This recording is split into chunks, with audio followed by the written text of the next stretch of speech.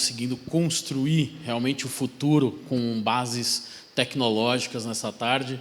Tem muito assunto, muita informação, a galera está interagindo bastante. E aí ficou uma questão para a gente ir para o último desafio aqui, que é como desenvolver um mindset que prioriza melhoria contínua, a valorização da colaboração e do aprendizado constante? É uma baita pergunta aí, né? E quem vai nos ajudar a responder tem 20 anos de experiência no setor de tecnologia, atuou em empresas como Dafit, Itaú e Gympass, formado em ciências da computação, possui MBA em gestão de projetos pela FGV, especialização em gerenciamento de risco estratégico pela Universidade da Pensilvânia, e o executivo que tem mais especialização em inteligência artificial pelo MIT. Para falar, então, sobre redesign da tecnologia, a gente convida Rodrigo Rodrigues, diretor de tecnologia da Via Varejo. Boa tarde, Rodrigo. Olá, boa tarde. Tudo bem? É um prazer estar aqui hoje com vocês. Legal, bem-vindo. A palavra está com você, tá bom? Joia. Valeu. Muito obrigado pelo convite. Boa tarde aí a todos os ouvintes que estão assistindo a gente nos canais. E estou aqui para compartilhar um pouquinho do redesign da tecnologia, né, que nós estamos propiciando dentro da Via Varejo. Eu acho que muitos já sabem que desde o ano passado a Via Varejo começou com um turnaround e não poderia ser diferente, né? A tecnologia precisava se transformar para que a gente pudesse entregar mais valor para nossos clientes. E eu trouxe aqui um resumo que dá um pouco dessa visibilidade de como que a gente está operando, né, nesse novo ciclo, nessa nova fase da Via Varejo em si.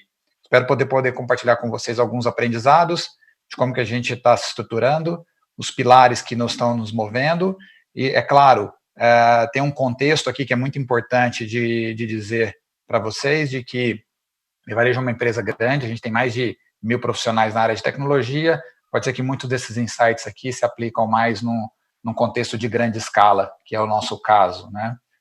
Vamos lá, eu acho que é bem rápido aqui o plano de fundo, para a gente deixar um tempo hábil aí para perguntas e respostas, mas trazendo um pouco dos problemas que a gente gostaria de resolver dentro da tecnologia, dentro da empresa como um todo, né? Acho que os principais desafios que a gente encontrou na tecnologia da Via Varejo é uma quantidade muito grande, né, de projetos, de iniciativas que a gente teria que implementar e executá-las em paralelo.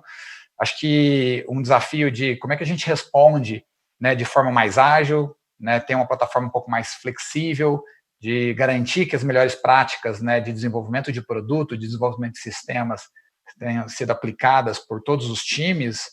A gente tem uma quantidade enorme de dados, né, e como é que a gente usa esse mindset orientado a dados ao nosso favor, né, para poder evoluir o negócio. Tem uma questão muito importante que eu não poderia deixar de dizer, que é a formação do custo de setup, né? O custo de setup, sair de uma estrutura onde os times eram montados por projetos, então tinha um início, um meio, um fim muito bem definido, e a gente desmanchava esses times, e como é que a gente passa a ter times mais estáveis, que tenham um propósito único, e que a gente comece a dar mais autonomia, com responsabilidade e alinhamento com a estratégia do negócio, né? E, principalmente, como é que a gente melhora, sobe a régua, como a gente diz nos jargões populares, subir a régua da equipe, né, e manter aí a gestão de conhecimento de diferentes disciplinas, né? E acho que, como aspiracional, eu gosto muito de Fórmula 1, né, e eu sou um pouco fanático com os resultados que eu vi no ano passado. Eu gosto muito dessa comparação, né? A Red Bull, ano passado, eu acho que ela, de fato, ela materializou aqui a melhoria contínua ao longo do ano, né? Ela quebrou 3 vezes o próprio recorde de pit stop, de parada no box, né? Então, ela saiu de 1,91 para 1,82 e 1,82, né, que foi o novo recorde mundial. Os 3 anteriores, os 2 últimos também eram dela, né? Os 3, na verdade, naquele ano, porque você tem um produto, você tem uma plataforma, você tem um time multidisciplinar, você tem especialistas em cada função, né? Podemos dizer aqui que é um squad, um esquadrão que a gente tem aqui atuando num carro, e a gente vê essa evolução da melhoria contínua acontecendo também em outros setores, né? Não poderia deixar de citar, como um fã de Fórmula 1, fazer trazer essa imagem aspiracional, né, e para onde que a gente está indo na tecnologia da Via Varejo. Bom, eu acho que, compartilhando muito com vocês aqui, eu acho que a gente focou em 3 grandes pilares, né? A nossa abordagem aqui para cumprir esses objetivos, esses desafios, a gente focou em 3. E eu vou falar um pouquinho desses 3 aqui. Eu acho que o primeiro deles sobre plataforma, né? Que não adianta, se a gente não conseguir, se a gente não trabalhar esses 3 pilares, de uma certa forma, eles possuem muita dependência entre eles, né? É só atacar sua plataforma e não cuidar do modelo de trabalho, método de trabalho, do modelo operacional, se eu não cuidar das pessoas, de como que eu coloco as pessoas da melhor forma possível aqui dentro desse contexto da nossa transformação, a gente não ia conseguir cumprir esses objetivos. Então, o foco da plataforma aqui foi sempre em disponibilizar uma plataforma cada vez mais ágil, mais flexível, né, que a gente consiga entregar as melhores soluções, né. Não muito distante disso, acho que o modelo de trabalho de equipes multidisciplinares, eu vou falar um pouquinho mais sobre isso quando eu entrar no capítulo de pessoas, mas a importância de ter um time protagonista dentro da companhia, né, com skills diferentes, com especialidades diferentes, mas que vai trabalhar em cima de um mesmo propósito. E por último, e o mais importante nesse caso, pessoas. É o fator diferencial para que a gente possa alcançar todo esse nível de maturidade e essa evolução. Quando a gente fala de investir na plataforma, né, de atacar esse pilar, de construir, acho que eu posso enxergar ela de várias formas, né? E aí, nesse pilar, o que a gente entende dentro da Via Varejo, o que a gente trabalhou diretamente nesse pilar, né? Acho que a primeira coisa foi ter uma visão de arquitetura funcional, onde a gente, de fato, conhece os domínios de negócio, e aí a gente fala de aplicar técnicas. Isso aí foi muito importante, que serviu de insumo para a gente aplicar técnicas de Domain-Driven Design, para a gente definir o Bounded Context, ou seja, esses contextos entre os times, e uma preocupação muito grande com a lei de Conway, que a gente acaba produzindo produtos e sistemas de acordo com a forma como a gente se organiza, né? Então, a gente queria muito trabalhar nesse desacoplamento e ter times, de fato, autônomos, né? Que cuidassem dos seus produtos, dos seus serviços, dos seus sistemas de forma autônoma, sem muita dependência entre as equipes. Também é muito importante, um capítulo importante que a gente escreveu nessa nossa jornada, é ter uma arquitetura de referência. A gente olhar para o todo, isso é sempre um work in progress, praticamente essa arquitetura ela é constantemente atualizada, e a gente usa técnicas como uma matriz, que a gente consegue avaliar se as aplicações atendem negócios, os requisitos do negócio, e onde a gente tem um outro eixo que a gente consegue avaliar se ela atende requisitos técnicos. E aí o time basicamente quais plataformas, né, sistemas e produtos que eu tenho que tolerar, quais plataformas que eu tenho que investir, que fazem sentido a gente investir. Eu vou descobrir também, nessa arquitetura de referência, aquelas que eu preciso migrar, e tem aquelas que eu preciso eliminar, né? De fato, não fazem parte do nosso ecossistema futuro de visão de chegada. E em paralelo, né, a gente precisa construir um novo mundo, né? A gente precisa ter uma plataforma que seja, de certa forma, cloud-based, né, orientada para cloud. A gente está falando de containerização, os microserviços que a gente decompôs do legado, simplificar também nosso catálogo de tecnologia, ter um stack de tecnologia mais reduzido para que eu possa ter menos interdependência entre times, né, que um time A consiga dar manutenção no código de um time B e eles possam fazer trocas e evitar muito essas dependências de entregas de serviços ou seguindo apenas guidelines.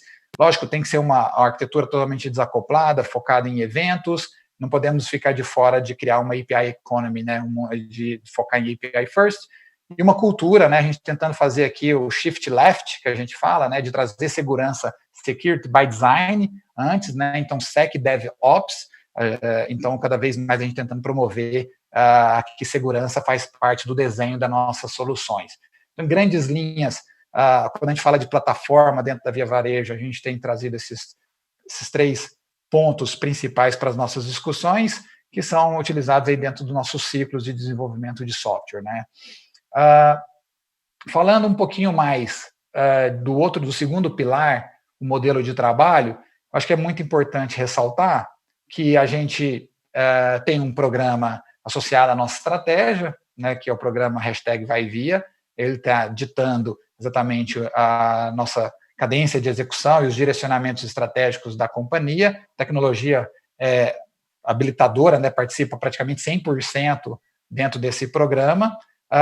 Com isso, a gente conseguiu definir, dados os inputs de plataforma, quando a gente falou de arquitetura de referência, falamos de estar orientado a domínios de negócio, isso foi tudo input, insumos, né, que a gente consumiu para a nossa formação de times e para a formação dos primeiros produtos, para identificar os primeiros produtos, não só isso, mas aonde que nós queremos chegar, né, fazer o varejo bem feito, ir além do varejo e conseguir identificar produtos que possam fazer ser o diferencial competitivo da Via Varejo.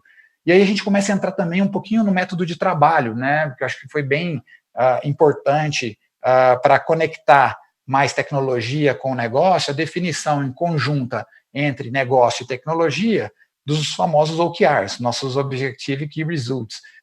Isso foi fundamental para ter uma integração maior, uma sinergia maior, um alinhamento maior entre negócio e tecnologia. E acho que eu posso dizer aqui que o próprio OKR, né, ele tem uma agenda muito importante na questão do mindset, da cultura orientada a dados, né?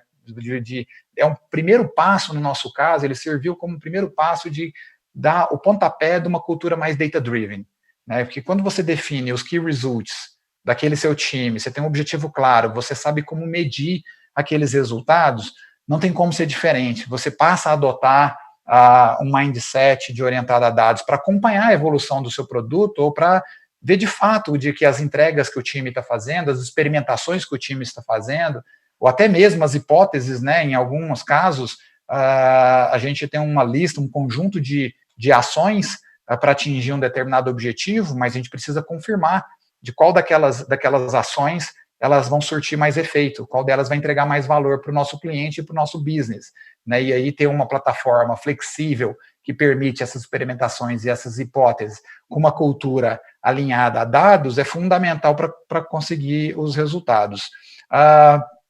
E, lógico, a gente tem toda uma transformação de método, né? E usamos aí o framework ágil para poder ditar essa cadência, né? E, principalmente, para que o time possa se apropriar do que o framework oferece, né? Do framework ágil oferece para melhoria contínua, né? E a gente tem aqui desde indicadores que a gente possa extrair no dia a dia, né? Do time olhar para a produtividade e comparar ele mesmo, né, ele contra ele mesmo ao longo do tempo, né, ver qual que é a tendência dele, né, se ele tem entregado valor com mais frequência, num espaço menor de tempo, se ele consegue manter a qualidade, né, ao longo dessa jornada, dessa evolução do produto em si.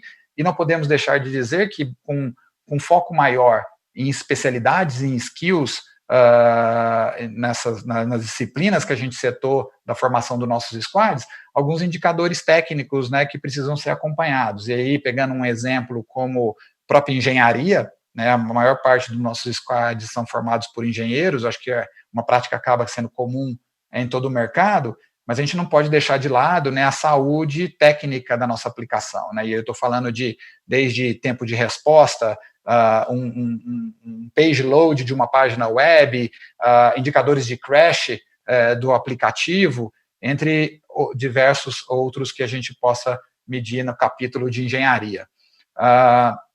E falando de pessoas, esse é até um slide que eu mais gosto, a gente teve que se reorganizar, né? A nossa estrutura de tecnologia no ano passado era uma área totalmente verticalizada, que a gente... Oi? A gente tem uma área era muito verticalizada por online, offline, infraestrutura e arquitetura, e a gente passou a se organizar mais por jornadas, né? Onde a gente identificou aqui personas, que a gente tem, então, produtos end-to-end, olha a cadeia inteira de valor do cliente, jornada do cliente, a jornada do vendedor e a jornada do parceiro, do marketplace. A gente se organiza em squads e tribos dentro dessas plataformas, né? No caso do jornada, e também capacidade de negócio.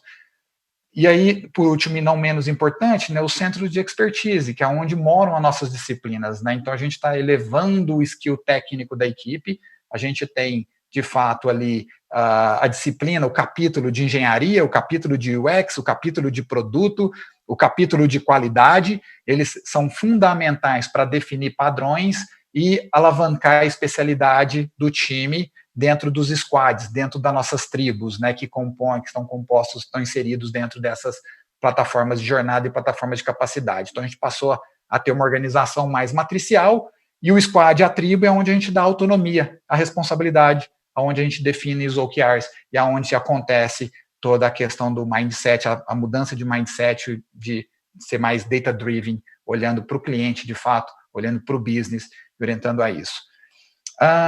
Alguns resultados, eu trouxe alguns exemplos, né, mas em termos de plataforma, a gente acabou conseguindo uma estabilidade maior, a gente conseguiu criar uma certa convivência nessa evolução dessa arquitetura, dessa modernização do legado. A gente viu indicadores aumentando significativamente mais de 10% nos últimos 2 meses na frequência de deploy, assim que a gente adotou todos esses pilares, uma questão de reuso muito forte.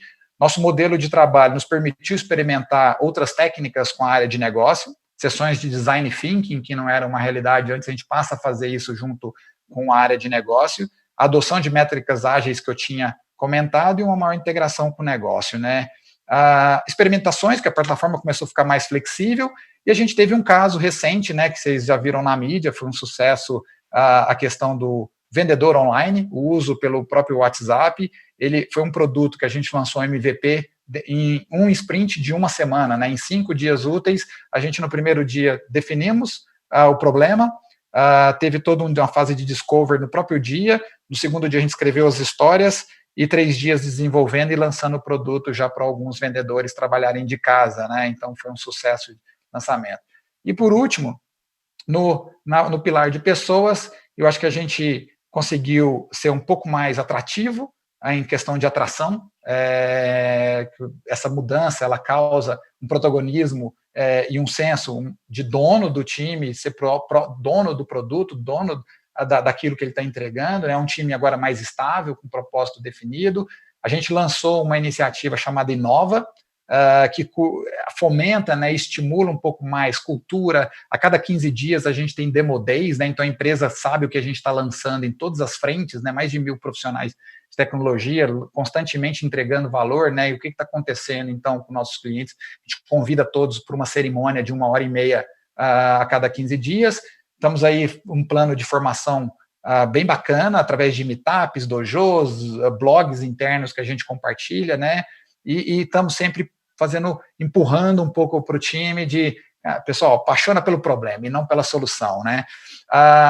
E os outros 2 últimos pontos, eu acho que com a questão dos centros de expertise, né, as disciplinas, né, de engenharia, UX, a gente conseguiu ter muito mais claro, né, quais são os papéis e responsabilidades do time dentro do squad, o que faz um PO, um Product Manager, um UX Design, um engenheiro, um Quality Engineer, né? Então ficou claro para eles qual é a carreira, qual o plano de formação necessário dentro desse contexto, né? E como que eles se colaboram, né? Esse time multidisciplinar tem essa colaboração construtiva, e principalmente a gente conseguiu alinhar melhor os incentivos, né? Quando a gente fala de alinhar os incentivos, a gente usa muito a parte comportamental dos nossos valores, dos nossos mantras, mas a gente também tem uma parte isso é a parte do como, né? Mas tem uma parte importante aqui do que, né, que a gente consegue focar na especialidade, na carreira dele. Se ele é um engenheiro, a gente sabe o que espera de um engenheiro, o que espera de um UX design, mas também ele tem os objetivos como time, né, os próprios OKRs que a gente definiu. Então, isso ajudou toda nessa fomentar essa transformação dentro da Via Varejo, atacando diretamente esses 3 pilares. Acho que era isso, pessoal, que eu tinha para compartilhar com vocês nesses 15, 20 minutinhos aqui, para contar um pouco da nossa história da transformação e o redesign que está acontecendo na tecnologia. Ô, Rodrigo, obrigado, cara. Obrigado mesmo por abrilhantar aí nosso evento e especialmente contando os bastidores, né, de um case de sucesso tão bacana aí que vocês estão construindo. A gente sabe que tem muito futuro ainda, né, mas é bom saber em que momento está, para onde está indo. Muito legal mesmo. Eu tenho 2 perguntas aqui, tá, que o pessoal mandou, vou compartilhar contigo aqui. O Jairo Aparecido, de Uberaba, ele mandou: para quem está mudando de plataforma agora, quais são os principais pontos de atenção para estruturar a operação sem perder vendas? Ó, Jairo, meu vizinho aqui, eu estou em Uberlândia, né? Eu estou no interior aqui, eu sou de Uberlândia, sou mineiro também. Jairo, acho que, como eu não tenho o contexto do tamanho da sua empresa, mas acho que vale a dica aqui para qualquer tipo de migração, né? Eu não acredito, na verdade, em Big Bangs, né? Acho que é muito importante você definir uma estratégia de convivência. Você já está com a operação no ar, você já está com vendas acontecendo, então é muito importante você conseguir entender aonde você tem que fazer esses recortes nessa sua arquitetura, nessa plataforma que você precisa modernizar, né, e garanta, assim, essa convivência, que faça um rollout progressivo. Acho que é importante a questão de experimentação, tentar definir um plano de releases, né, que seja um MVP, testar com alguns clientes. Eu acho que é fundamental você abrir para um certo público, tentar interagir com esse público, pegar feedbacks para ver tanto do lado funcional, do lado de entrega de valor, se está atendendo essa nova plataforma, ela vai atender os seus requisitos de negócio, né, o problema que você quer resolver, como do lado técnico, né, porque dependendo do tamanho que é a sua operação, assim como a nossa é grande, a gente precisa garantir resiliência, a gente precisa garantir performance. Então, as questões de volumetria, mesmo que você tenha todos os cuidados de testes de carga, testes de estresse e a qualidade, tem coisas que você só pega na produção, com o uso massivo, com cenários bastante específicos dos seus clientes, né? Então, acho que a minha dica-chave aqui monta uma abordagem que te permita convivência, para você também experimentar e testar e ter feedback e ter um aprendizado contínuo. Acho que é um pouco dessa cultura, não só na Via Varejo, que eu carrego da minha carreira para cá, de experiências em grandes empresas. É uma pergunta que é praticamente um treinamento, né? Não é um negócio fácil de responder. Bacana, tem mais uma. O Rafael Tenente, de Duque de Caxias, pergunta: quais tecnologias têm um impacto perceptivo na melhora da experiência do consumidor com relação às compras online? Já testaram? Já, cara, uma boa pergunta, né? Eu acho que, assim, a primeira delas, eu acho que é difícil falar qual que é a primeira, né? Ranquear, mas, assim, o que eu já te falo de antemão? Performance. Você tem que ter um site que tenha uma boa performance, ou um app que tenha uma boa performance, né? A gente não pode... O cliente, ele não tem a paciência, isso atrapalha demais a experiência, aumenta o bounce rate, né? Ou seja, o cliente, ele sai do seu aplicativo se ele vê que ele não está tendo, não tem feedback rápido dentro do seu aplicativo. Eu acho que você tem que estudar um pouco a amplitude do perfil do seu cliente, né? Se a gente pega os casos da Via Varejo, a gente tem desde a nossa faixa etária do nosso público de clientes, ela é muito extensa, né? Eu tenho desde jovens consumidores, nativos digitais, até pessoas mais seniors, né, que têm uma tendência, por exemplo, tinham uma tendência até então, mais de ir na loja física, né? E quando a gente estuda um pouco a jornada desses clientes, é uma jornada que ela, de certa forma, ela diferencia em alguns aspectos, né? E aí a gente vem com outro conjunto, que é o quanto você consegue personalizar do seu produto, do seu sistema, né? E o quanto você vai personalizar a nível dessa segmentação ser uma personalização mais a nível CPF do que de segmento, né? Isso custa muito, né? De você ter que trabalhar nesse nível de personalização. Mas eu tenho visto muitos casos de sucesso. Acho que uma coisa que vale a pena, acho que pesquisar, é gamificação. Acho que fazer o gamification com o seu cliente para que tenha uma recorrência, né? Você ter essa atração pelo cliente de retornar ao seu site sempre, e você está sempre estimulando ele para poder pesquisar uma campanha, um produto. Então, acho que se eu pudesse falar um pouquinho aqui desses 3, eu focaria, então, em performance, garantir performance boa, usar os benchmarks dos seus concorrentes, focaria na personalização E a personalização te abre essas portas para gamificação. Acho que seria, para te dar uma lista aqui de 3 itens que poderiam agregar bastante no seu negócio. Já dá uma receita de bolo aí para o cara ficar bastante tempo aí ajustando, né, as velas. Ô, Rodrigo, obrigado mesmo pela tua participação, por ter aceitado o convite. Foi muito bom ter você aqui com a gente. Obrigado.